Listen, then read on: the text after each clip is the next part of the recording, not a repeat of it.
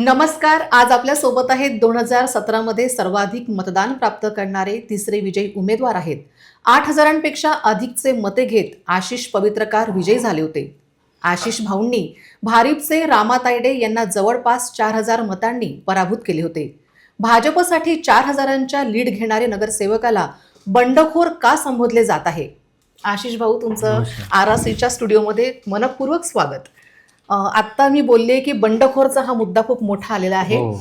आणि तुम्ही बंडखोर म्हणून भाजपमध्ये चांगलेच प्रसिद्ध झाले आहे. नेमके काय बंड तुम्ही केलेत? अगदी राज्यस्तरावर या बंडखोरीची चर्चा आहे. नेमके असे झाले की मी पहिले 2012 पासून नगरसेवक आहे. मी भाजपचा एकनिष्ठ आहे आणि मी 2017 जेव्हा उभं राहिलो तेव्हा जे 2 उमेदवार होते हे पूर्ण नवीन होते पूर्ण प्रभागांसाठी. तर मी हे जे 2 आणि हे आणखीन एक जो कृषीनगरमधले प्रॉपर होते ते असे 3 उमेदवारासोबत मी निवडून दिलं, म्हणजे माझ्यासोबत ते उभे राहिले आणि मी मला सर्वात जास्त मते मिळाली आणि 4ही सीटा आमच्या आल्या. बरं. त्यानंतर मी जे म्हणजे काम माझे एकसारखे सुरूच आहे 2012 पासून. तर मी प्रत्येक वेळेस काम केलं. त्यानंतर कोरोना आला. कोरोनाच्या टाईमला पण मी प्रत्येक घरोघरी अन्नधान्य वाटलं कृषीनगरसारख्या एरियामध्ये. बरोबर. तसेच शिवरमध्ये पण मी माझे प्रत्येक वेळेस कामं जे होते ते प्रत्येक कामं मी शिवरमध्ये पण केले आणि पूर्ण प्रभागात मी कामं केले. नक्कीच. हो. फक्त गोष्ट अशी झाली की हे बंडखोर जे आहे, आता मी इलेक्शनच्या शेवटच्या क्षणापर्यंत म्हणजे लोकसभा असो की विधानसभा असो, मी प्रत्येक वेळेस प्रत्येक ठिकाणी त्यांच्यासोबत होतो, सर्वांच्या सोबत होतो. मी रॅलीमध्ये होतो. रॅलीमध्ये जेव्हा मोदीची सभा होती, योगीची सभा होती, तेव्हा मी स्वतः माझ्या एरियातले माझ्याजवळ पूर्ण प्रूफ आहेत की मी त्या सर्व लोकांना तिथं घेऊन गेलो. मला हे सांगण्यात आलं की बा तू एवढे लोक आणि एवढा मी जास्तीत जास्त बाकी नगरसेवकांचे आपण पाहू शकता, मी सर्वात जास्त तिथं लोक घेऊन गेलो होतो कारण की ते माझ्या घराजवळ पिकेवीत सभा होती. माझ्या प्रभागातले जास्त लोक तिथं हजर होते. त्याच्यानंतरही मी जेव्हा आता विधानसभा निवडणूक झाली तर पहिल्या दिवसापासनं तर शेवटच्या क्षणापर्यंत मी त्यांच्यासोबत होतो. म्हणजे ज्या टाईमला इलेक्शन झालं संध्याकाळी 6 वाजले होते त्या टाईमपर्यंत मी त्यांच्यासोबत होतो, उभं होतो.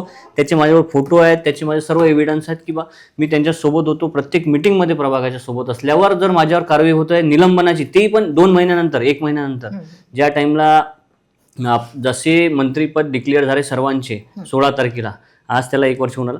16 डिसेंबरला जसे मंत्रीपद नागपूरला डिक्लेअर झाले, अकोल्याचे पालकमंत्री जसे हे झाले, तसंच दुसऱ्या दिवशी पेपर उघडला आणि डायरेक्ट निलंबनाची कारवाई केली यांच्यावर. मी हे शहर अध्यक्षांना विचारलं असता शहर अध्यक्षांनी असं म्हटलं की तू विरोधात काम केलं. म्हटलं काय विरोधात काम केलं? म्हटलं पश्चिममध्ये तर मी गेलो पण नाही. नाही म्हणे तू पूर्वचं विरोधात काम केलं. म्हटलं पूर्वचं विरोधात मी काम केलं? म्हटलं 50,000च्या लीडनं आपण निवडून आलो आणि पूर्वचं विरोधात ती एका महिन्याने सांगून राहिले. म्हटलं तुम्ही मला. नाही म्हणे तू ते बोलून घे म्हणे भाऊंशी. मी भाऊंशी बोललो. म्हटलं भाऊ मी विरोधात कामच नाही केलं. म्हटलं माझं कसं काय तुम्ही असं बोलत आहे? तर ते म्हणे की काही जणांजवळ प्रूफ आहे. म्हटलं सांगा. म्हटलं प्रूफ दाखवून द्या. जर आशिष पवित्रकारनं जर विरोधात काम केलं असेल, प्रूफ असेल तर मी निवडणूक लढणार नाही, हेही सांगितलं त्यांना. ते म्हणत आपण बसू. मी 5 वेळा त्यांच्या घरी गेलो. म्हटलं साहेब, म्हटलं तुम्ही सांगा आत्ता प्रूफ असेल तर मी आत्ता तयार आहो म्हटलं. पण कोणाजवळ प्रूफ नाही आहे, कोणाजवळ काहीच नाही. कारण की मी विरोधात कामच नाही केलं. मी भाजपच्या विरोधात आजपर्यंत काम असं आहेच नाही की मी करणार म्हणून की पुढे. पण हे जी गोष्ट आहे की आहे म्हणून मग निलंबन जसं केलं आणि जे बंडखोर आलं बंडखोर म्हणून मग मी म्हटलं की बा मी बंडखोर नाही आहे. नक्कीच. बंडखोरीचं तुम्हाला एक निलंबनाचा सुद्धा एक टॅग लागलाय, बंडखोर म्हणून तुम्हाला संबोधलं गेलेलं आहे. पण तुमचं जे सहकार्य तुमच्या प्रभागात आहे, प्रभाग क्रमांक 13 अर्थात कृषीनगर शिवर या भागातून 2017 तुम्ही विजयी झाले होते. सर्वाधिक मतदान प्राप्त करणाऱ्या 3 भाजपाच्या उमेदवारात तुम्ही तिसरे असताना भाजप तुम्हाला परत उमेदवारी का देत नाही? मी सर्वात जास्त काम करतो अकोला शहरामध्ये आणि मला असं वाटते की बा इथले काही स्थानिक नेतृत्व आहे त्यांना जास्त काम नको असेल वार्डात. कारण की मी कधी शिवरमध्ये पण जातो ना तर मला म्हणण्यात येते की बा इथं तू कशा काय आला, तू कशाला हे करून आला, तिकडे गेलो तर तिकडे असं. एक वेळ मी प्रभाग 5 गेलो होतो. तिथं समोरचे जे आमचे स्थानिक आहेत ते येऊ नाही शकले. तर त्यांना मला फोन आला की तू तिथं कशाला गेला म्हणे. म्हटलं भाऊ, म्हटलं हे नाही म्हणे माझा प्रभाग म्हणे, तू तिथं कशाला गेला म्हणे. म्हटलं अरे बाबा ते गाय त्या विहिरीत पडली, ते मला काढणं आवश्यक आहे ना. म्हटलं अशा टाईमला तुम्ही मला फोन करून आले. म्हटलं नाही म्हणे तू तिथून जा म्हणे. म्हटलं मी जातो. म्हटलं मी आता म्हटलं पक्षाची गोष्ट आहे म्हणून मी तिथून निघून गेलो त्या टाईमला. मी जे हे आहे बाकीची जे व्यवस्था होती कोंडवाना विभागाची वगैरे ते सर्व टीम तिथे बोलवली आणि मग मी निघालो तिथे. म्हणजे तुमचं सहकार्य फक्त प्रभागात नसून नाही. तुम्ही वेगळ्याही प्रभागात तुम्ही सहकार्य दाखवताय दाखवतो. किंवा करताय तुम्ही. मला अकोला शहरात कुठूनही कॉल आला तर मी त्याचं काम करून देत असतो. म्हणजे कोणाचं काही टॅक्सचं असो कशाचंही असो. आणि माझ्या एवढे कॅम्पही कोणी आजपर्यंत ज्या तिन्ही नगर म्हणजे माझ्यासोबत जे नगरसेवक त्यांनी कधी कोणी कॅम्प नाही घेतले ना कधी कोणी काही घेतलं नाही. आता कसं आहे की मी प्रत्येक गोष्टीचा माझं तुम्ही बघू शकता की धार्मिक कामात पण मी काम करत असतो आणि बाकी पण माझे इव्हेंट आहे हर महिन्याला मी करत राहतो नागरिकांसाठी. माझा पुढचा प्रश्न तुम्हाला असेल आशिष भाऊ की हरिभाई आणि तुमच्या नेतृत्वात तिसरी आघाडी का करण्यात आली, याचं कारण नेमकं काय असेल की तिसरी आघाडी अकोल्यात स्थापन झाली?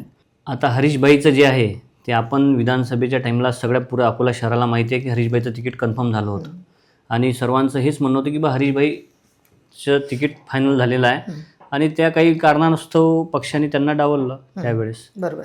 तसे हरीशभाई 6 टर्मचे नगरसेवक आहेत आणि त्या टाईमला पण त्यांनी म्हणजे ते जेव्हा नगराध्यक्ष होते तर त्यांचा तर एक मुद्दा मला असा माहिती आहे की ते स्वतःच्या खिशातून पैसे लावत होते. म्हणजे एक टाईम दिवाळीच्या वेळेस असा होता हरीशभाईचा की सर्वांचे पगार द्यायचे होते आणि पगार देताना त्यावेळेस सुट्टी आली होती तर हरीशभाईने स्वतःच्या जवळचे पगार पूर्ण जे अधिकारी होते त्यांना दिले होते आणि अधिकाऱ्यांनंतर अकाउंटमध्ये 2-4 दिवसानंतर आल्यानंतर त्यांना वापस दिले होते. म्हणजे असा तो माणूस आहे. बरोबर आहे. म्हणजे स्वभावही कुठे पक्षाला म्हणा किंवा प्रभागात म्हणा एक अस्तित्व गाजवते. नक्कीच. पण तुम्ही निवडणूक कशी पाहता तुमच्या प्रभागात म्हणा, काय डोळ्यासमोर प्रभागाचे उद्दिष्ट आहे, त्याचबरोबर विजय कसा तुम्ही सुनिश्चित करणार आहात? माझा प्रभाग हा 6 किलोमीटरचा प्रभाग आहे. बरोबर. माझ्या प्रभागात एकूण एक घरात मी जे जे मेंबर आहेत ते मी सर्व ओळखतो आणि ते सर्वांचे मी कधी पण मला एक कॉल आला तर मी त्यांचं काम करून देतो. मी असं नाही की बा आता इलेक्शन आलं जसं आता सध्या चालू आहे प्रभागामध्ये की आता इलेक्शन जसं आलं तसे हे सर्व फिरायला लागले. म्हणजे काही बाकीच्या प्रभागातले येऊन तिथं हे करून आले आणि तिथं फिरायला लागले तर लोकही म्हणून आले ना की बा तू 5 वर्ष कुठं गेला होता, 9 वर्ष झाले आता जसे 4 प्रशासनाचे 5 तर आतापर्यंत कोणीच नाही आलं. आता एकदमच येणं सुरू झालं तर जनतेलाही पण माहिती आहे की बा जो 9 वर्षापासून 10 वर्षापासून कॉन्टॅक्टमध्ये आहे आणि जे आता येऊन राहिले तर जनता त्यांना उत्तर देईल ना. नक्कीच. जनतेला हे डायजेस्ट पण होत नाहीये कुठे कुठे जे आता हे कामं विकास कामं दाखवत आहेत ते. नक्कीच. तुमचा जो प्रभाग आहे हा कोचिंग एरियामध्ये येतो आणि या प्रभागात पाहता नेमक्या कोणत्या समस्या या प्रभागात तुम्ही सोडवात?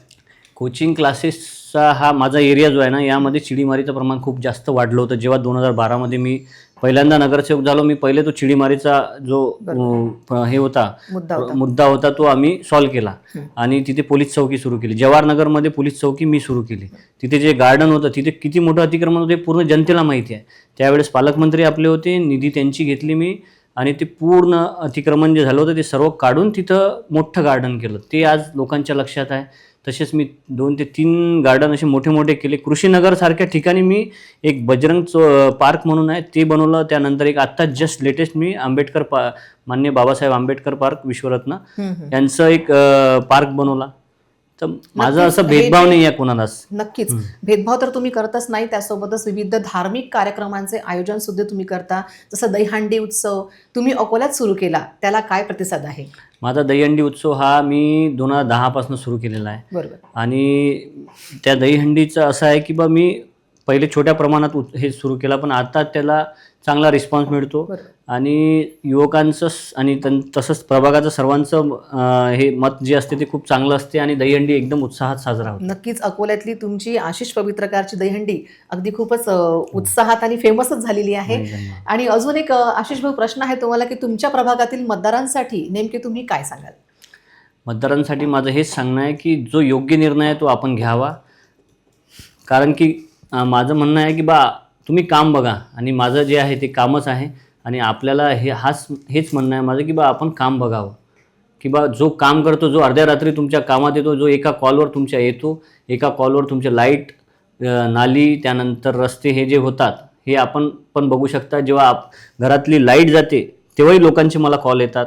आणखीन खूप अशा गोष्टी आहेत की ज्या काही अडचणी असतात लोकांच्या, राशन कार्ड झालं, त्यानंतर इलेक्ट्रिक बिलचा प्रॉब्लेम येतो. एका जणाचा तर असा फोन आला होता मला की बा त्यांच्या बाजूला अपार्टमेंट बनली तर त्यांच्या घरात नेटवर्क नाही आलं मोबाईलचं. अच्छा. तर तोही प्रॉब्लेम सॉल्व्ह करून दिला आम्ही. म्हणजे असे वेगवेगळे कॉल येतात पण करत असतो. तर बस हे सगळं सहकार्य करताना पदवीधरचं काम करताना तुम्हाला काहीतरी अडचणी आल्यात का? पदवीधरचं काम करताना काय झालं की मी पक्षाचं काम केलं, तो उमेदवारी पक्षाचाच होता. फक्त जे अकोल्यात गटातटाचं राजकारण आहे की बा आता यांचा सगळा गट संपलेला आहे, फक्त एकच जण आहे जो उरून पुरून आला यांना, तर त्यांना कसं आता आपण हे करून टाकायचं म्हणून याचं तिकीट कट करून टाकायचं. सरळ तेच गोष्ट आहे. पदवीधरचं मी काम केलं, बाकी कुणी काम केलं हे सर्वांना माहिती आहे. डॉक्टर रणजित पाटील साहेब जेव्हा 3,000 मतांनी पडले त्या टाईमला आम्हाला माहिती आहे ना, साहेबांनाही माहिती आहे की कोणं काम केलं आणि कोणं काम नाही केलं. तरी आम्ही असं नाही म्हटलं ना की बा यांनी काम नाही केलं आणि त्यांनी काम नाही केलं, याला निलंबित करा, त्याला निलंबित करा, त्याला हे करा.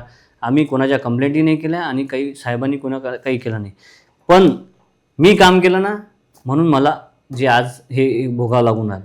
शिवर हा प्रभाग जो आहे तिथे जेव्हा मी गेलो होतो तेव्हा पाण्याची समस्या खूप जास्त होती. आणि तेव्हा मी भाषणातही बोललो होतो की बा शिवरमध्ये पाण्याची टाकी हे मी करून दाखवेल. त्या टाईमला पाण्याच्या टाकी करायसाठी खूप जास्त अडचणी आल्या. मग नंतर आम्ही तिथं पाण्याची टाकी केली आणि आज शिवरला 3 दिवसाआड पाणी भेटते.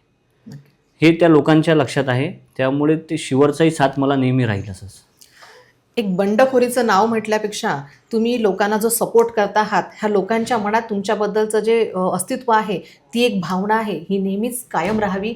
आणि तुमच्या पुढच्या वाटचालीसाठी आरआरसीच्या संपूर्ण टीमकडनं तुम्हाला भरभरून शुभेच्छा. आणि आरआरसीच्या स्टुडिओमध्ये भेट दिल्याबरोबर खूप खूप शुभेच्छा. थँक्यू. नमस्कार. धन्यवाद.